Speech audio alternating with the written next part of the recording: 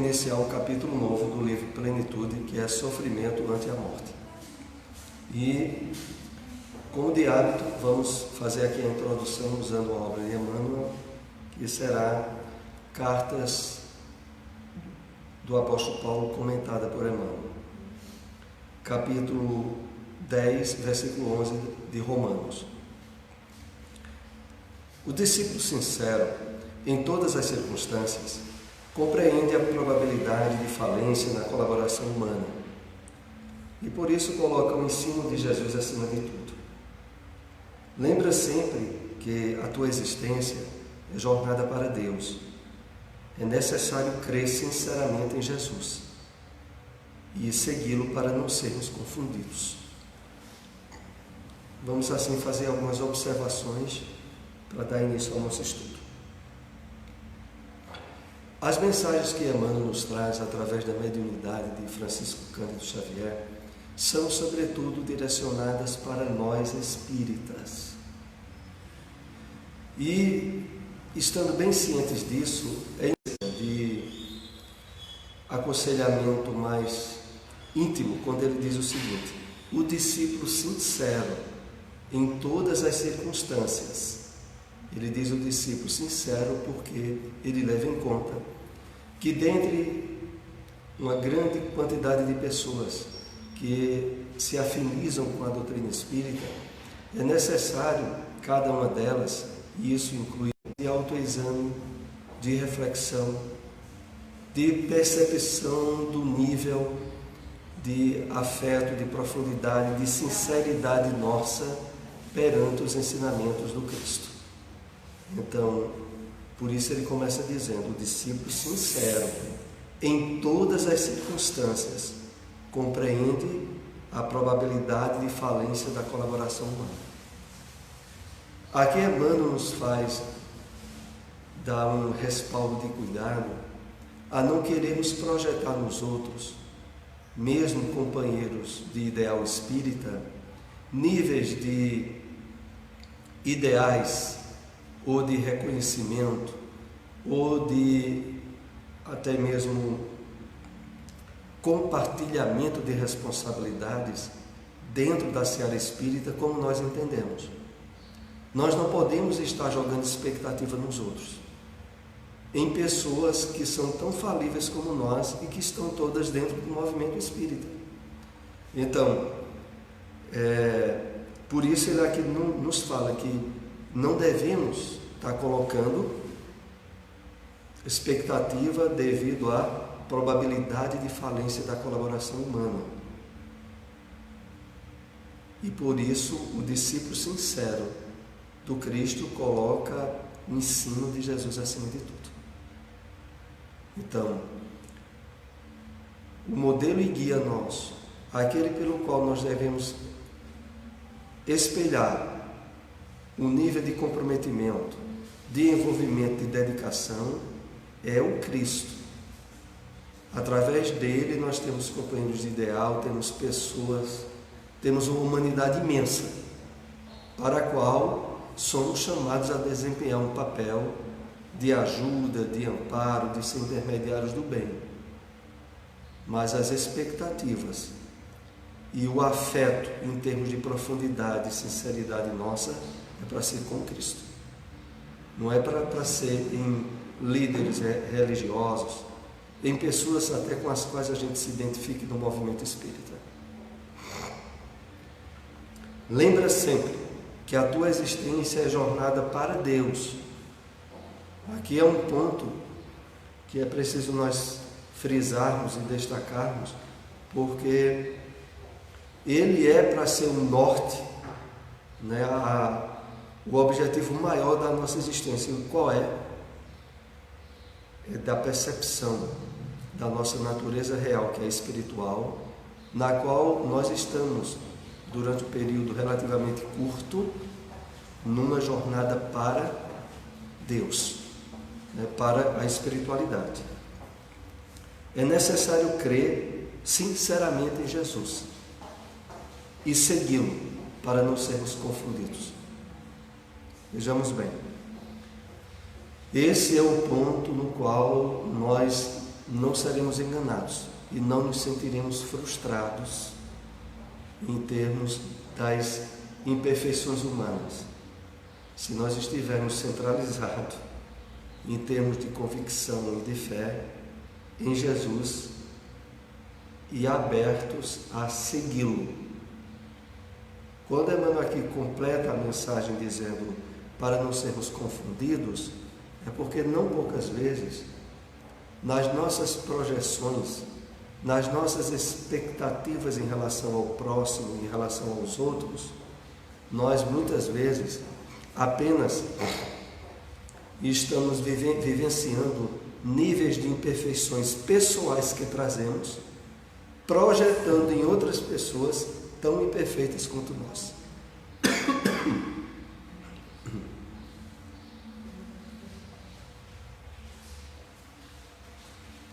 E para que não sejamos confundidos, não sejamos auto-enganados, direcionemos toda a nossa atenção à essência do Evangelho de Cristo.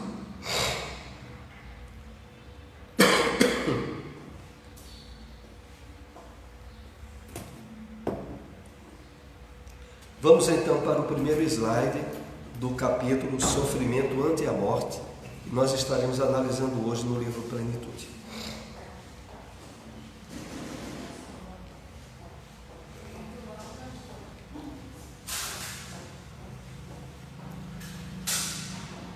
A impermanência de todas as coisas e pessoas no mundo físico é também extensiva à conjuntura do sofrimento. A sua vigência resulta da intensidade dos fatores causais que o engendram. Então vamos começar a analisar aqui essa parte.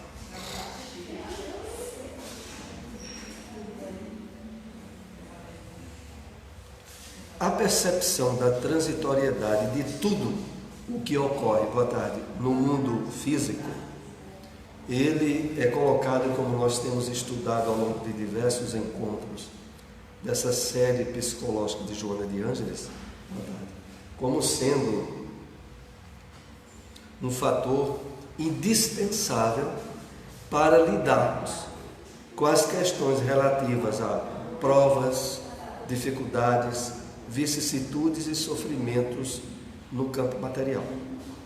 É necessário percebermos que a transitoriedade, as mudanças e os fatores que fogem ao nosso controle têm uma razão fundamental, que é justamente estarmos sempre topando com situações, circunstâncias e pessoas para nos despertar espiritualmente, para que a gente acorde para a realidade mais importante, principal, que é o espírito que nós somos. Quando nós começamos a alimentar essa percepção da vida, tudo quanto é de dificuldade, problemas e sofrimentos no campo material perde peso, e perde muito, porque a própria consciência da fragilidade e das vicissitudes no campo material faz com que o espírito, ao trabalhar o despertamento da sua consciência, passe a valorizar aquilo que de fato é importante, o seu espírito imortal, e não as circunstâncias externas, materiais e alheias a seu controle. É nesse ponto em que, trabalhando isso em nós, o sofrimento vai perder muito da sua intensidade. Aqui, a princípio, nesses slides iniciais, Joana outra vez vai trabalhar um enfoque global e genérico do sofrimento, para depois particularizar a questão do sofrimento ante a morte, que é o tema do capítulo de hoje. Então, nesses primeiros slides, é trabalhado a percepção e a reflexão em termos genéricos. E depois a gente vai entrar especificamente no sofrimento ante a morte. Nos sofrimentos morais, quando a desarmonia é emocional, por meio do autocontrole, da oração, da meditação, das ações de beneficência, o ser mais facilmente se libera, considerando-as naturais no processo evolutivo e, por consequência, aceitáveis. Então, aqui, uma análise a respeito de um grande campo, porque é um grande campo de sofrimento da criatura humana, aqueles que estão ligados aos aspectos morais e emocionais durante a sua encarnação. E nesses, Joana aqui nos lembra que, por meio do autocontrole, da oração, da meditação, das ações de beneficência, das ações de caridade,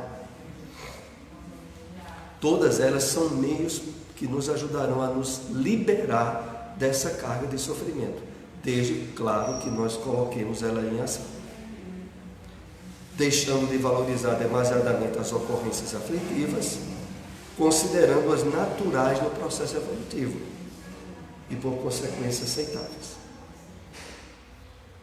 Há, em termos básicos e nas raízes das principais angústias e sofrimentos de natureza moral e emocional, uma carga psicológica de autoengano e de autopunição que precisa ser muito bem trabalhada por nós.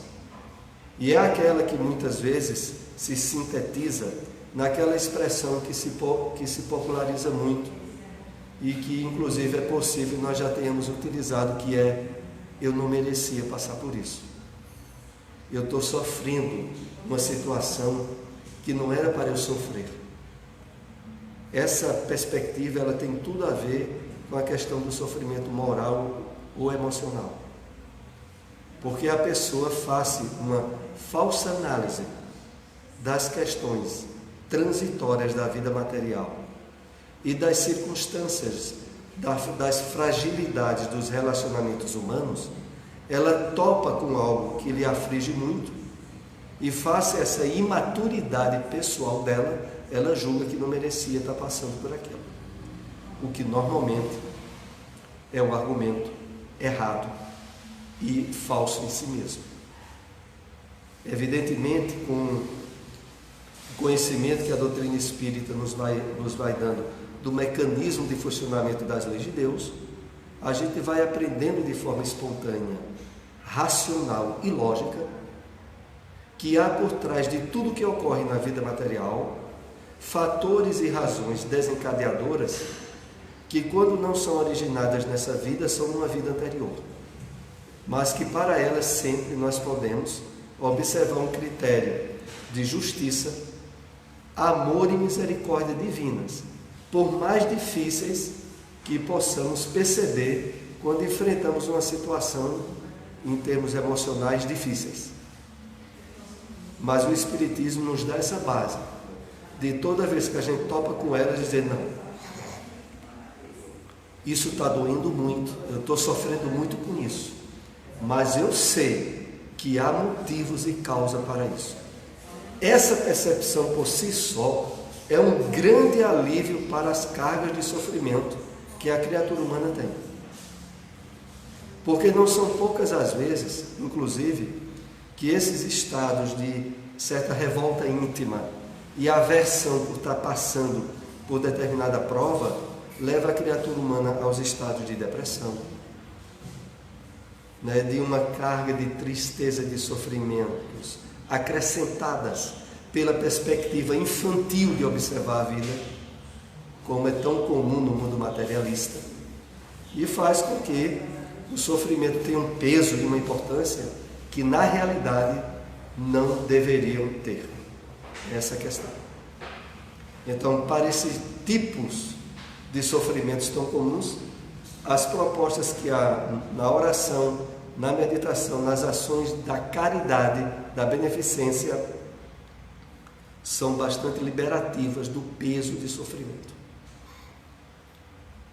Quero lembrar aqui para alguns que estão chegando que o nosso tema é sofrimento ante a morte, mas que há uma abordagem inicial de alguns slides sobre o sofrimento de forma mais ampla, para depois nós particularizarmos em relação à morte ou à desencarnação. Compreendendo-se que o corpo é uma organização delicada, sujeita a deterioramento, desgaste e transformação pelo fenômeno da morte, nele não se colocam as bases da vida, nem se fixam as realidades essenciais. É aqui onde nós, outra vez, seremos chamados a refletir e a fixar de forma mais profunda os conceitos básicos que nós temos no Espiritismo para trabalhar a questão da superação do sofrimento. Entre eles, a percepção do corpo, da vestimenta física nossa, pelo que de realidade ela apresenta: fragilidade, desgaste, vicissitudes face diversos fatores de ordem material, e que, indevasavelmente, levam-na para a decomposição física, para a morte.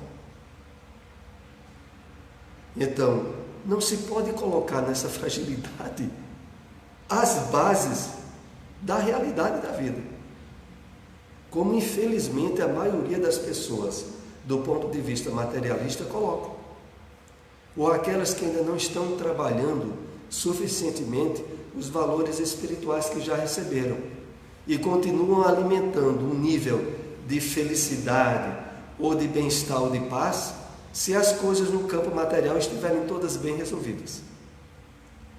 Então, isso é uma forma infantilizada, podemos destacar, de um espírita, sobretudo aquele que conhece a realidade dos objetivos maiores da vida, de estar ainda projetando-se em termos de identificação maior com o corpo e com as vicissitudes que estão tão ligadas a ele. Então, ter a consciência disso já será um mecanismo muito positivo na diminuição e na superação dos sofrimentos. E o que é isso em si? Poderíamos dizer assim até de forma irônica: ter juízo na cabeça. Por quê? Porque, poxa, tem coisa mais frágil, transitória, sem controle nosso do que o corpo físico. E como é que a gente pode viver projetando as expectativas maiores da vida nele? Está certo que para as pessoas que acham que vida espiritual, reino de Deus, é utopia e é criação para iludir a massa, que pense que, como se diz, a religião como sinônimo de ópio do povo, entenda e projete todas as expectativas de felicidade no corpo. É compreensível. Mas nós que estamos acordando espiritualmente, despertando para os valores profundos da vida, não podemos nem de perto estar alimentando. Então é preciso, diríamos assim, reciclar, redefinir os objetivos, a forma de nós encararmos a vida. O que é que de fato é tão importante para nós?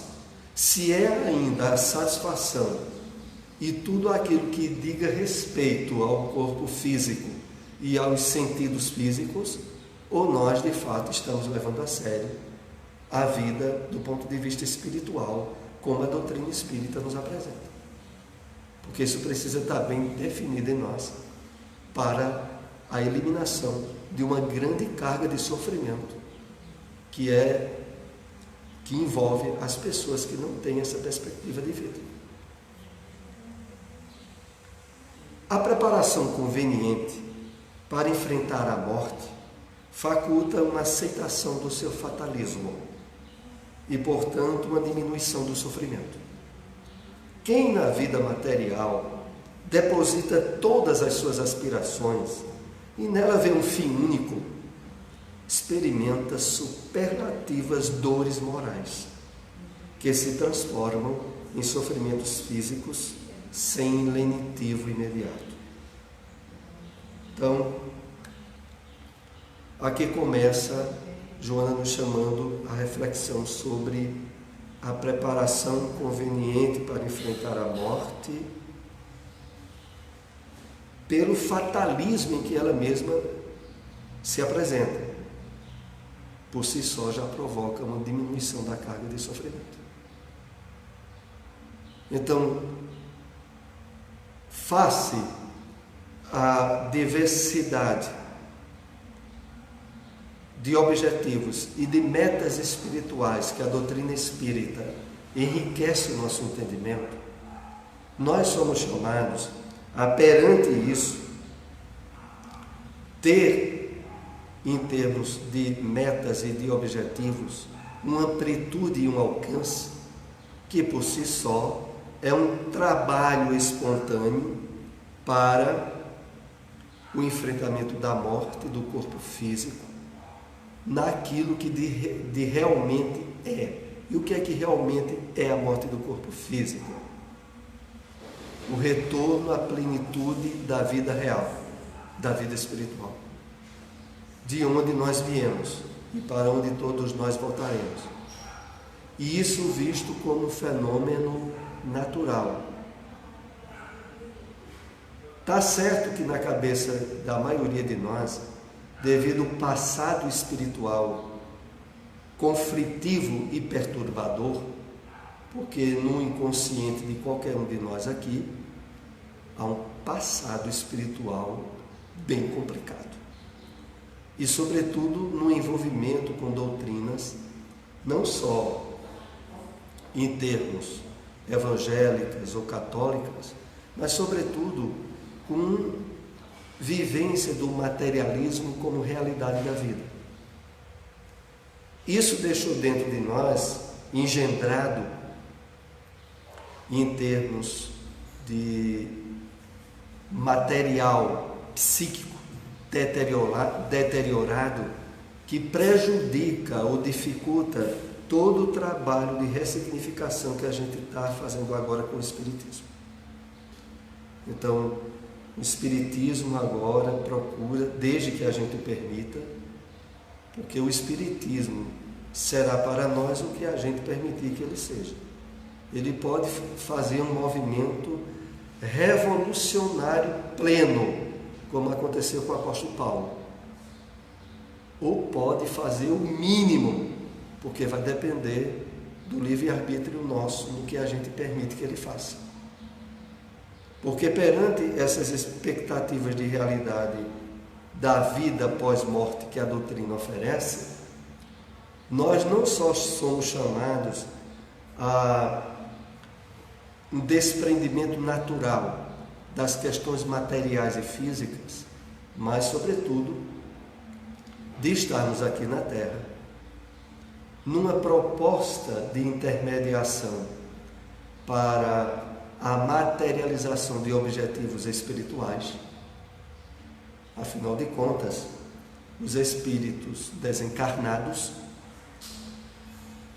aos quais muitas vezes recebemos ajuda e proteção, têm também de nós a expectativa de sermos instrumentos de ações e de atividades deles, quando querem materializar no plano físico em que nós nos encontramos. Porque é um trabalho de parceria recíproca.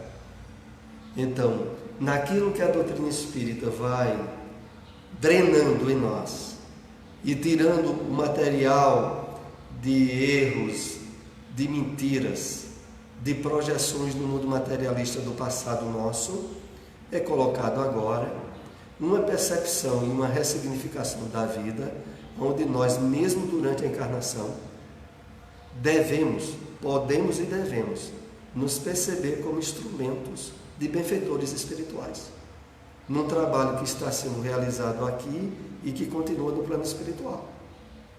O Espiritismo naturalmente nos coloca nesse nível. Ora, se estivermos levando isso a sério, é claro que a percepção da morte do corpo, em termos de desencarnação, que nós estaremos trabalhando hoje aqui ao longo desse estudo, vai ter um fator diferencial muito grande daquele, humanamente se falando, ou daquele que nós poderíamos estar ainda nutrindo por falta de maiores enfoques ou conscientização daquilo que o Espiritismo já nos ensinou.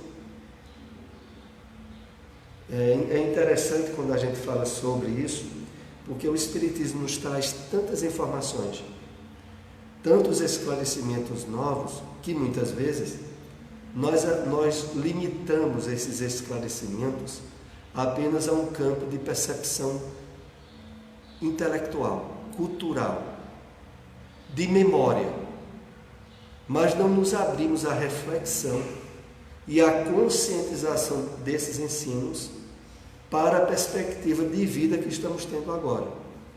Que é isso, aliás, entre outros aspectos, a proposta desses estudos das obras de Joana de Ângeles, que é estarmos mais atentos e conscientes àquilo que a gente já sabe. Só que a gente aprendeu e assimilou de uma forma tão distanciada e tão puramente mental que aproveitou pouco. E agora a gente é chamado a fazer um aproveitamento melhor e de mais profundidade. Assim, as dores têm muito a ver com as disposições psicológicas de cada indivíduo, a maneira de encarar a vida e a sua estrutura, os acontecimentos e as suas matrizes. Todo fenômeno biológico que se inicia naturalmente cessa. Tudo que nasce no plano físico interrompe-se, transforma-se, portanto morre. Então, nada mais natural, como nós temos aqui compreendido, que as dores têm tudo a ver com as disposições psicológicas de cada indivíduo, com a maneira de ele encarar a vida. E sua estrutura, os acontecimentos e as suas matrizes. Então, para as pessoas que encaram a vida puramente do ponto de vista material, como diz Emmanuel em uma de suas mensagens da série Fonte Viva, a vida não passaria de uma... Ele usa a palavra referente à coletânea. Uma coletânea de acontecimentos vazios e conflitivos. Se a pessoa for olhar, e infelizmente tem muita gente que tem esse olhar e tem essa percepção da vida como sendo de uma realidade só, e estando estruturada todos os seus objetivos no corpo material, a vida seria um grande conjunto de acontecimentos vazios, conflitivos, e que levariam, infelizmente para muitas pessoas isso tem acontecido, à morte, ao suicídio, quando esses acontecimentos se tornam, de certa forma, perversos para ela. Não há dúvida que o grande fomentador, nós aqui já um tempo atrás comentamos, dos grandes problemas da doença do século, que é a ansiedade, a depressão e, consequentemente, o suicídio, é o materialismo. Em termos, se fosse simplificar numa palavra, é materialismo. E o que é que ocorre? A grande maioria da humanidade é materialista, mesmo estando ligada a doutrinas espiritualistas. Vejam que coisa, que paradoxo. A grande maioria da humanidade está no materialismo. E nessa grande maioria ainda tem um grande número de pessoas ligadas a religiões. Só que tem a religião como um compromisso social, tem a religião como instrumento de promoção, inclusive econômica. Fazer o quê? E em termos de profundidade, são materialistas muito. E aí é complicado, porque cada vez mais os avanços tecnológicos e científicos, distanciados do desenvolvimento moral e ético, levam a sofrimento e ao mau uso dessas tecnologias. Por exemplo, hoje em dia, fazendo uma observação aqui bem pessoal, muitos condenam demais as redes sociais, o Facebook. O problema não é rede social, não é o Facebook. O problema é a criatura humana materialista encontrou num veículo tecnológico um meio melhor ainda de se isolar-se, de ser prepotente, egoísta e viver só para si. Na verdade, envolvido no materialismo, tudo que o homem cria, ele acaba apegando-se ao lado negativo e ruim. O que poderia ser um excelente meio de aproximação entre as pessoas, se torna de isolamento. E aí muitas vezes se torna até mais fácil condenar, né, o efeito ou a aparente causa, sem ver que a causa maior é o quê? É o envolvimento com o materialismo, com uma prática de egoísmo extremo, de orgulho e prepotência. Aí tudo o que o homem inventa, ele acaba se ligando e desenvolvendo-se mais pelo lado mal, quando poderia e deveria ser excelentes meios de confraternização, de solidariedade, de fraternidade, acaba se tornando um meio de isolamento.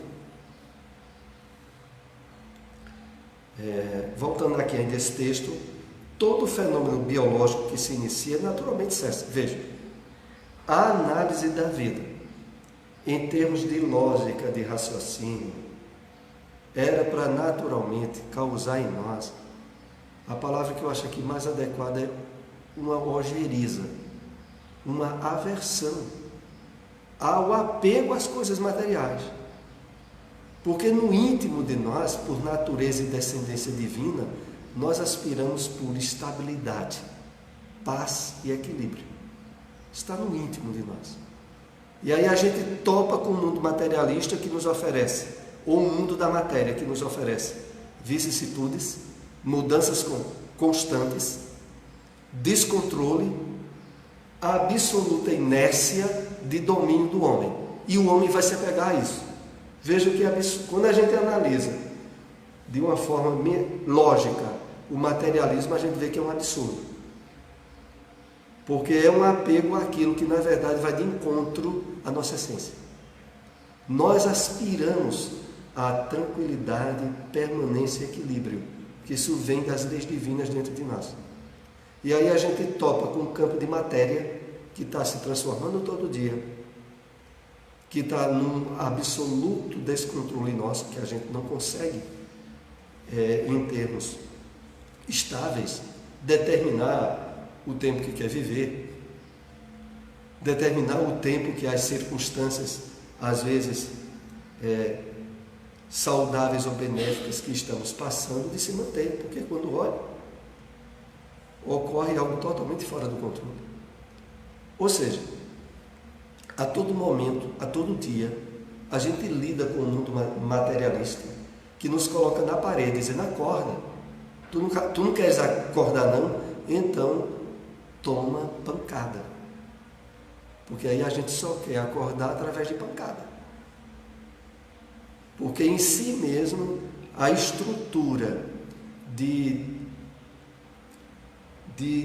desarmonia, de descontrole que o homem tem sobre as questões materiais, não deveriam nunca fazê-lo se apegar a elas, porque elas, de fato, se subtraem completamente ao seu controle e geram, como nós estamos aqui tratando, geram sofrimento.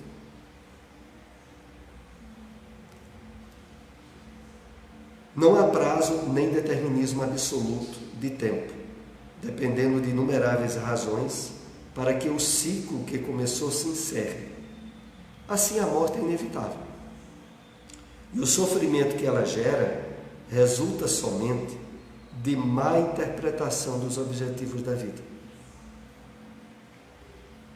Vejamos que coisa. Analisar aqui a partir do final. A morte é inevitável e o sofrimento que ela gera resulta somente de má interpretação dos objetivos da vida. Então, o grande peso que existe em termos de sofrimento que a maioria da humanidade curte em relação à morte, tem uma causa fundamental: interpretação errada e má dos objetivos da vida, que de maneira nenhuma é a identificação do homem com a matéria, mas sim o despertamento da sua verdadeira natureza, que é espiritual. Então, voltando aqui ao início, não há prazo nem determinismo absoluto de tempo. Dependendo de inúmeras razões, para que o ciclo que começou se encerre. Ou seja, a gente é totalmente inerte ao controle do tempo de duração da vestimenta física. Isso por si só era para ser um fator que estaria nos acicando, estaria nos espiando diariamente para que a gente vê o que é o objetivo da vida, que não é esse. Esse a qualquer momento tu perde.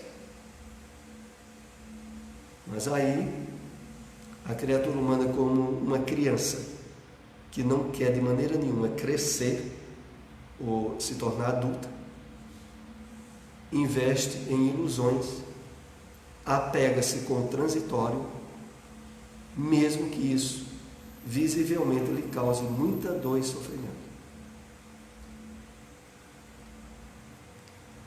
Colocadas todas as esperanças no corpo, os fenômenos inerentes à sua constituição perturbam. O apego à forma transitória, que se decompõe, produz a perturbação emocional, dando ideia de que tudo se consumiu, nada mais restando como finalidade da existência humana. É assim que as pessoas, a grande massa da criatura humana, encara a morte, principalmente de um ente querido, de alguém que ele leva para o féretro. Ele leva vendo ali que vê aí a finalidade da vida. A vida não tem finalidade nenhuma. Logo quando a vida parecia algo que é relativamente comum, face o inusitado e o imprevisível da morte, quando ocorre com alguém que é ente querido nosso, nunca foi na hora certa, no momento adequado. Exceto quando, e aí são outros fatores que estão presentes, quando devido a uma doença demorada e de muito sofrimento, e que na verdade o sofrimento maior não era nem para o doente, era para os familiares, a morte chega e de certa maneira dá o alívio que a família diz que é para o doente, na verdade é para a família. Exceto nessa situação, qualquer morte de um ente querido nunca é na hora certa. E sempre vai causar impacto, dependendo do ponto de vista material que a pessoa tenha, desolador, frustrador e não poucas vezes causador de depressão. Pois não, Clênia? Usa aí o microfone. Liga ele. Pode falar de longe que ele está muito bom. Ainda não. Ainda não chegou o som aqui.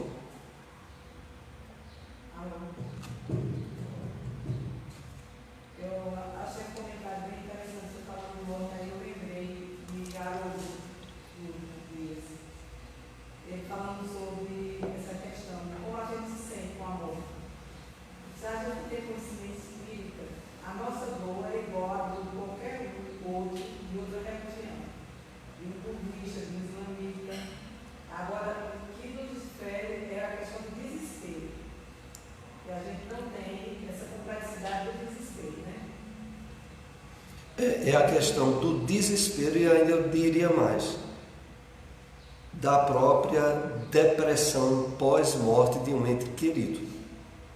Porque existe ainda, assim, do ponto de vista materialista, aqueles que se desesperam diante da morte de um ente querido, mas depois de alguns dias ou semana, aquilo em termos pessoais começa a ser aliviado e resolvido.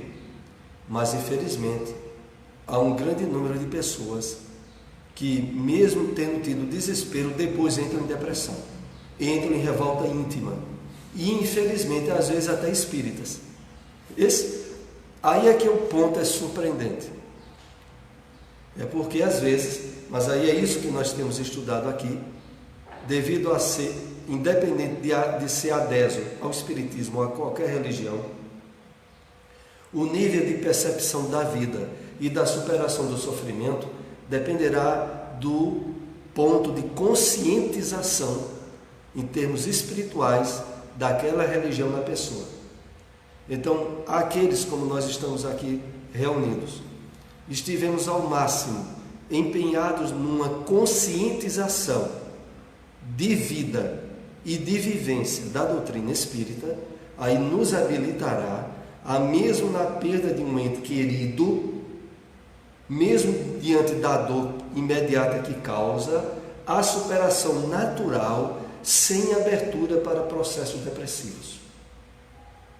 Porque se a gente não estiver trabalhando esse nível de conscientização, dependendo do afeto e do ponto, assim, em termos de amor e apego àquele que faleceu, quando olha, o espírita está, não, entre aspas, que parece um absurdo, não aceita a desencarnação do outro.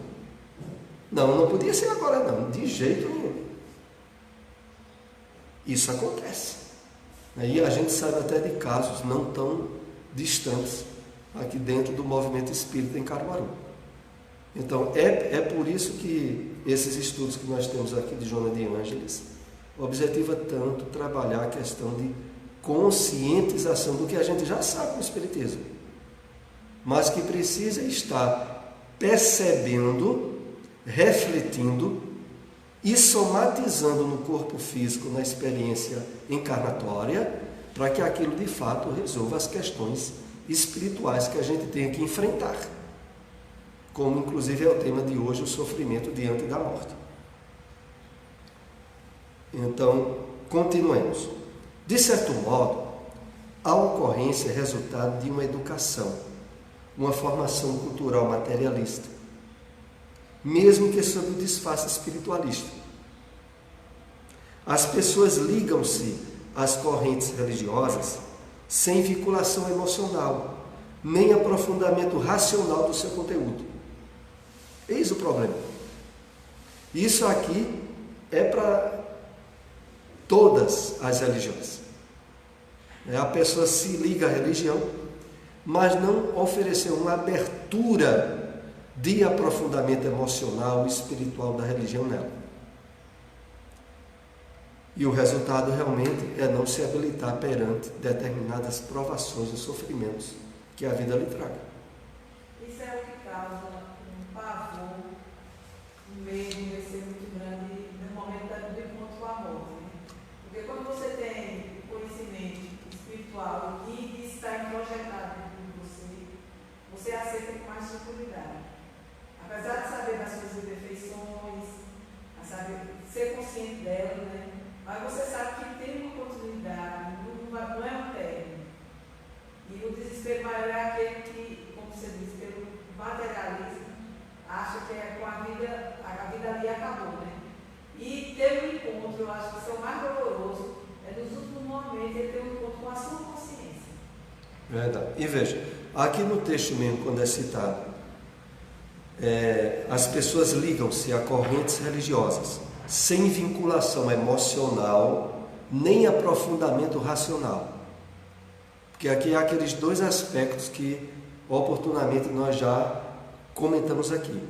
É preciso a reflexão e a abertura emocional, sentimental, aquilo que a gente sabe que é certo, que a doutrina espírita elucidou e que a gente precisa vivenciar. Só quando isso é feito é que a gente resolve a questão conosco mesmo. Então, é nesse ponto que nós estamos trabalhando essa questão do sofrimento diante da morte.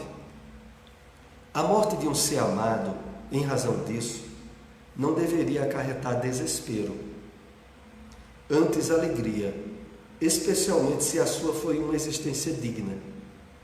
O corpo, mesmo quando bafejado pela saúde, é um cárcere, e a libertação de um ser amado, que envolve a plenitude, deverá causar alegria e não desgosto.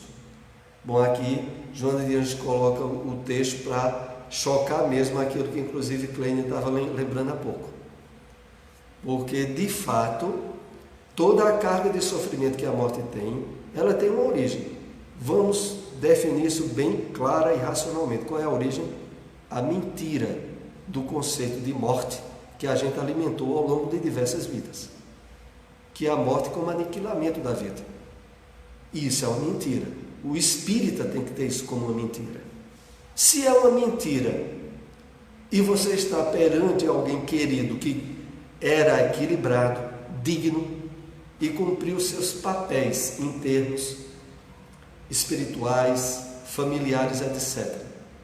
Se a vida no corpo material é um cárcere, é uma prisão, como é que você encara a morte desse jeito? Em verdade, quando Joana, inclusive, trabalha isso em outros aspectos adiante nesse livro Plenitude, há muita carga de sofrimento perante a desencarnação de um ente querido, que o sofrimento não é por ele que partiu, é por a gente que ficou. Há muita carga de desespero, de revolta, de depressão por nós. Não é pelo que partiu, não. E a pessoa normalmente acha que é pelo que partiu, mas não é por você. Você é que agora está fritinho. O outro se libertou. E você fica achando que o sofrimento é por causa do outro. Né? É também um mecanismo de projeção. Na verdade, estando trabalhando bem a vida em termos de perspectiva espiritual, a gente não vai precisar dessas projeções. Não vai precisar estar se auto-enganando. Mas quando a gente está tão envolvida aos apegos, à vida material, à presença daquele, aí a gente se desespera. E pode até se revoltar, né? Se não estiver trabalhando devidamente os fatores emocionais e espirituais na nossa vida.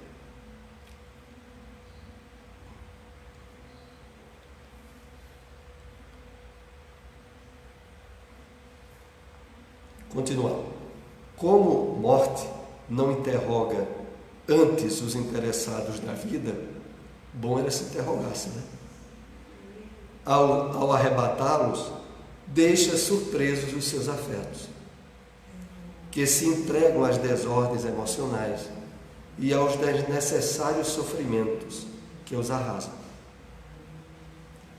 Então a questão toda maior é essa, né? Porque a morte não interroga os interessados na vida ao arrebatá-los. E sempre surge e vem de forma inesperada. Mas aí é que está. Se nós de fato estivermos trabalhando a perspectiva de vida espiritual em nossa existência, a percepção da morte será outra.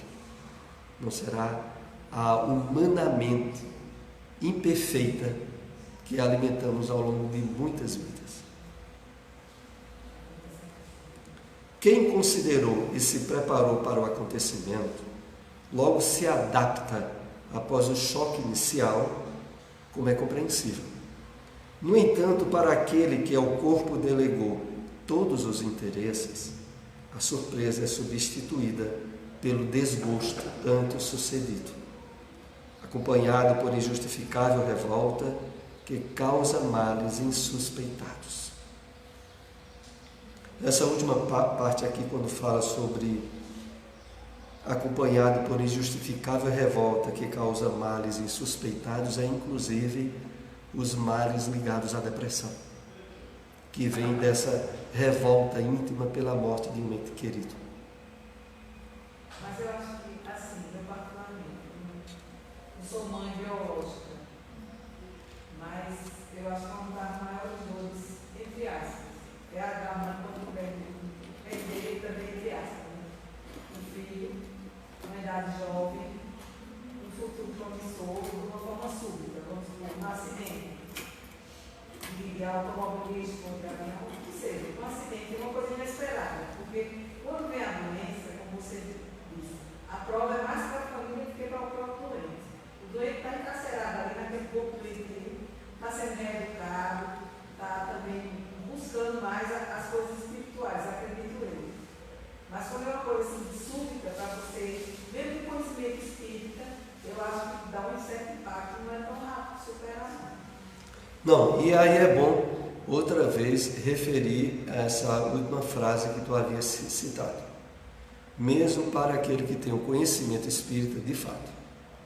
É preciso outra vez a gente destacar bem. Uma coisa é o conhecimento espírita, por maior que seja, por maior quantidade de livros que se tenham lido. Outra coisa é a sensibilização ao conhecimento espírita. E a terceira coisa é a vivência dessa sensibilização. pelo conhecimento espírita, realmente o impacto ameniza, mas de modo nenhum vai à raiz do problema, da revolta, da dificuldade, sem dúvida nenhuma.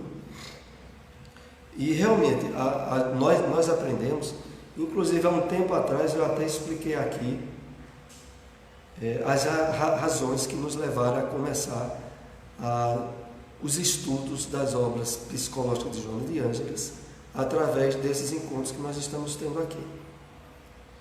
Durante muitos anos eu comprei essas obras e não as li, porque achava difícil de ler. Então, quando essas obras começaram a surgir, no ano 90, 89, 90, 91, todos os anos que saía uma obra dessa de Divaldo, eu comprava e guardava. E dizia, não, depois eu vou ler. Às vezes eu tentava ler e achava difícil. Dizia, não, depois eu vou ler. Até que em 1999, ao enfrentar uma questão afetiva que me desequilibrou muito e me causou muito impacto, eu me vi chamado a ler essas obras. E aí eu comecei na leitura delas a abrir a percepção da sensibilização, a vivência do conhecimento que eu já tinha bastante grande do Espiritismo, e superei a problemática que eu estava tendo. Possivelmente, se eu não conhecesse e não estivesse aberto a essa sensibilização, eu não teria superado. Eu entraria no processo de depressão, de revolta, porque isso é o que mais ocorre. Então, eu outra vez quero deixar bem destacado isso. O conhecimento por si só vai ajudar, não vai resolver de maneira nenhuma. É preciso que a gente tenha atingido níveis mais à frente em relação à própria doutrina espírita. Então, fechando aqui esse slide, está perto de nós concluirmos o nosso estudo de hoje. Hoje nós iremos até umas 5h10, mais ou menos. Quem considerou e se preparou para o acontecimento, logo se adapta após o choque inicial, como é compreensível. Agora vejam bem, quem considerou e se preparou, porque essa preparação é que envolve, em termos de perspectiva de vida, aquilo que nós nos propomos através do estudo das obras de Joana de Ângeles. Então, dentro dessa perspectiva, nós nos habilitamos a encarar a desencarnação, a perda de um ente querido, com um mínimo de sofrimento, face a todo um trabalho de percepção espiritual que já está em andamento, ou deve estar. Constituem fenômenos naturais a dor da saudade, a melancolia, a preocupação com o estado do ser que partiu, como decorrência de necessárias provações para o amor, que precisa sublimar-se através da ausência física e de todas as implicações dela decorrentes.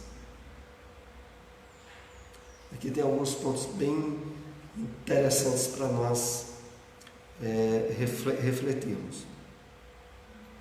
Então, muito natural a dor da saudade, a preocupação com o ser que partiu. Então, nada mais natural do que perante um ser amado que desencarnou, a lembrança, sobretudo, dos bons momentos que a pessoa viveu com ele, a preocupação em termos espirituais de como ele está, naturalíssimo, e dentro do campo de expectativa humana e espiritual para qualquer um de nós. E é nisso que a doutrina espírita ela tem o seu benefício maior, sobretudo pelo papel que ela tem de ser o consolador prometido por Jesus. Então, o Espiritismo, tal como lá no Evangelho de João 14, o Cristo havia nos feito a promessa do Consolador, ele, sobretudo em relação a isso, é o grande Consolador. Mas vejam, trabalhar esse tipo de percepção e de lembrança de um ser querido que partiu, é necessário a gente estar se esforçando bem no campo da vivência do conhecimento espírita. Porque senão como infelizmente acontece com algumas pessoas, mesmo espíritas, quando vão se lembrar de um ente querido que partiu, começou a lembrar, já está chorando. Não consegue como acontece. E depois, o problema maior ainda não é esse, é ficar implicando consigo mesmo. Por que isso teve que ser agora? Por que não pode ser mais adiante? Então, isso são fatos que, quando nós analisamos à luz da doutrina espírita, e já que esse assunto que nós estamos tocando aqui sempre me faz recordar uma pergunta e resposta que está no livro O Consolador, se não me engano, é a questão de número 139 ou 149, que diz o seguinte: quem tiver um livro Consolador em casa, depois averigua. Quando é perguntado a Emmanuel se é fatal o instante da morte. Boa tarde. Então, é perguntado a Emmanuel essa questão, se é fatal o instante da morte. E Emmanuel responde, aqui eu estou usando as minhas palavras, mas é dentro dessa compreensão. Emmanuel responde o seguinte: perante as leis divinas, não há morte fora dos ditames dessas leis, exceto no caso de suicídio. É assim que Emmanuel responde. Eu me lembro, inclusive, que abrindo esse livro Consolador alheiamente, porque isso foi numa fase em que eu estava ainda trabalhando comigo a superação da desencarnação de Cláudia, e eu ficava me perguntando se não houve algo que poderia ter feito, e não fiz. Mesmo tendo perante a consciência minha, perante o meu entendimento, feito tudo. E foi quando eu fui abrir o livro Consolador, a casa, e caiu justamente nessa resposta de Emmanuel, onde ele diz-me claro: olha, se não for a hora, algo ocorre, algo impede, não acontece. Mas com a exceção do suicídio, porque realmente o suicídio vai de encontro às leis divinas. Mas tirando o suicídio, qualquer morte é por assassinato, é por acidente, é por alguma doença inevitável, não tenha dúvida, estava dentro do campo de abrangência das leis divinas. Aonde a lei maior, que sobreposa todas, é a lei do amor, da justiça e da caridade. Pastor, Pois não. É uma pergunta tão comum que eu já vivi também, um óbito familiar. Parece que está ruim o microfone, é melhor você falar mais alto sem eu. Você falava normal. Mais alto um pouco. Uma situação que eu passei com um óbito familiar, e a gente sempre, eu acho que a maioria das pessoas faz essa mesma pergunta que você fez. O que é que eu deveria ter feito a mais? Será que eu fiz tudo que eu deveria? Nesse momento que a gente tem essa reflexão, e que muitas vezes a gente passa desapercebido. Eu achei interessante uma coisa também, que é bem ciclone. A gente dá flores, uma boa parte, não são todas as pessoas, quando as pessoas desencarnam, e não quando estão encarnadas, que é um momento singelo, mas um momento carinhoso. A gente não tem esse hábito de dar enquanto está encarnado. Aí vai dar em volta que ali já não faz tanta diferença, né? E esse questionamento também é uma coisa assim, que eu questionei do mesmo jeito que você. Por minha mãe, né? Porque minha mãe foi pro CEA. Mas, assim, fiquei com a consciência tranquila e que fiz tudo o que podia dentro do problema e da situação e da assistência que eu podia ter dado. Aí veio o questionamento: será que eu amei da forma que ela merecia? Se eu a compreendi da forma que era para ser compreendida? Quer dizer, a gente sempre fica transferindo isso para a gente, né? Por isso eu quero, inclusive, reforçar como Emmanuel coloca a resposta. Porque é muito comum, na maioria das mortes, haver um certo nível de culpa dos familiares em relação àquele que partiu. Então é muito comum de ficar se culpando, mas eu poderia ter feito algo a mais, não fiz. E aí vejam como Emmanuel é taxativo em relação a isso. Como é que Emmanuel diz? Todas as mortes estão dentro do campo de abrangência das leis divinas, exceto o suicídio. Agora, a questão toda é que, e nisso oportunamente a gente falou aqui, mas é bom repetir, é preciso a gente fazer uma diferença muito importante. Uma coisa era o entendimento, as ideias, as definições e os conceitos que a gente tinha antes de conhecer o Espiritismo. Conhecendo o Espiritismo, a gente tem que mudar a cachola.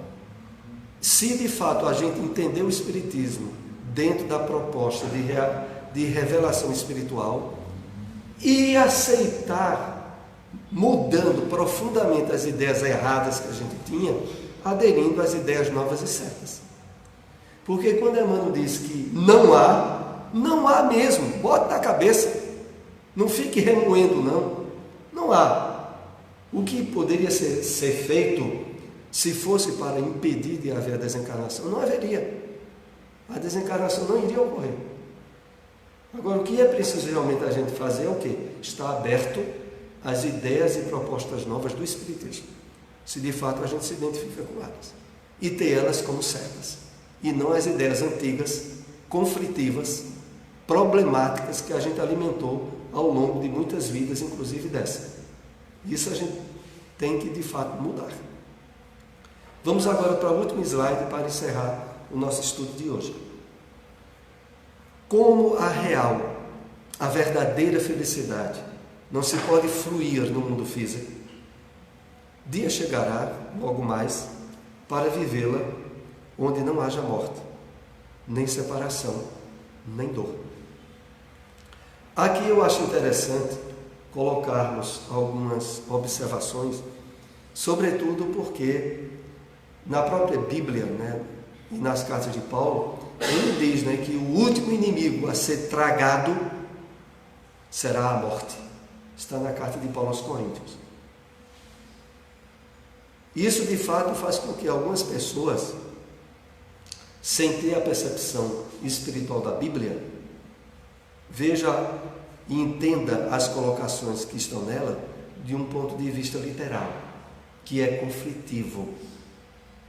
Até como o próprio apóstolo Paulo havia dito, a letra mata, o espírito vivifica.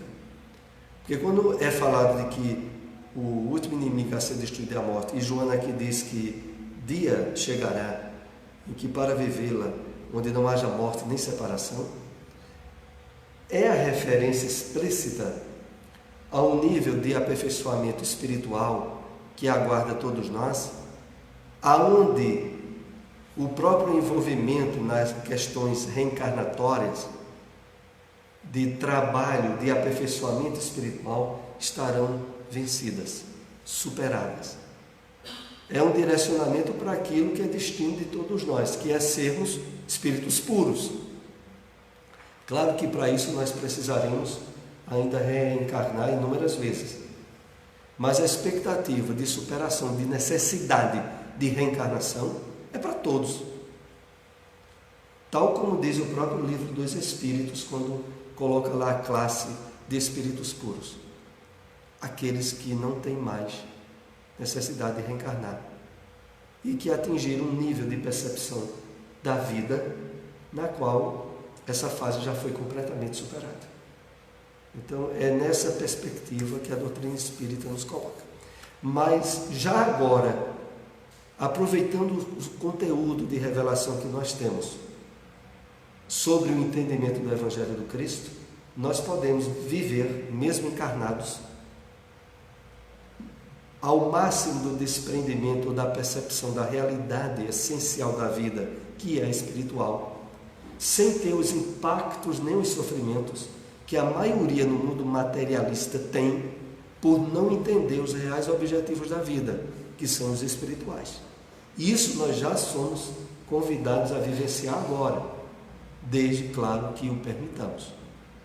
Porque na medida em que a gente ainda se deixa envolver em questões ilusórias e temporárias do mundo materialista, nós minamos essa percepção e o usufruto disso que nós já podemos usufruir atualmente, que é a vida e a vivência da realidade espiritual, mesmo estando agora encarnados. Vamos para a prece de encerramento do nosso estudo de hoje.